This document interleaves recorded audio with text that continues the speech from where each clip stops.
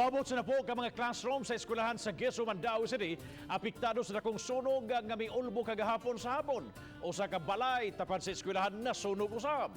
Ang report ni Nico Serino. Alas 3:55 kagahapon sa hapon, nadawat ang alarma sa Mayor A.S. Fortuna Elementary School. Matod sa BFP, nagsugod ang kayo sa second floor sa may grade 4 classroom. Naabot sa third alarm ang sunog nga napaong human sa 30 minutos.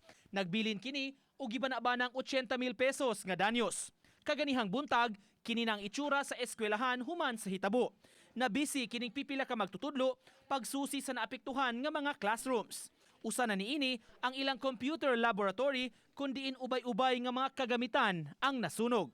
Dako-dako jud ang danyo sa atong computer lab kay naa may mga computers nga naapil og kasunog, especially na sa tay mga photocopier atong tanan nga projector naapil pod nga usa pod ang pinaka-highlight kanina atong panel board. Muabot sa napu ka classrooms ang Naugdaw sa kayo. Gianugnan ang mga teachers sa danyos sa ilang eskwelahan. Ang pinaka-importante gyud nako nga nadala din na bahala na lang tong TV ug unsa ka na lang yung Form 137 nako nga akong gitrabaho last week. Unya wa ko kabantay nga masunog di ay gyud pagka-Lunes. Mag-usab jud kog buhat gikan sa grade 1 hangtod sa grade 5. Sa pag-ulbo sa sunog kagahapon atol pagyud kini nga naka-sem break o unang adlaw sa Christmas vacation alang sa mga magtutudlo ning maong eskwelahan. Padayon pa karon nga gi-assess kung pila gyud ang kinatibuk-an nga danyos sa nahitabo nga sunog. Gawa sa eskwelahan, usa ka balay sab sa likod ang naugdaw. Matod sa tag-iya sa balay, may mga bata kunungan na ngatkat sa kural ug misod sa tunghaan. Padaw sa eskwelahan. Agi sa Kani nga unsa ni si koral. Tural. Ya dayon sa eskwelahan sa daw kuno.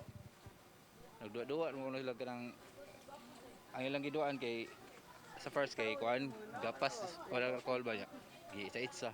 Mo kuno ni Matod sa BFP, padayon pa ang ilang investigasyon pagtino unsa ang hinungdan sa sunog. So far karon gibalikan sa among mga investigator sa fire scene.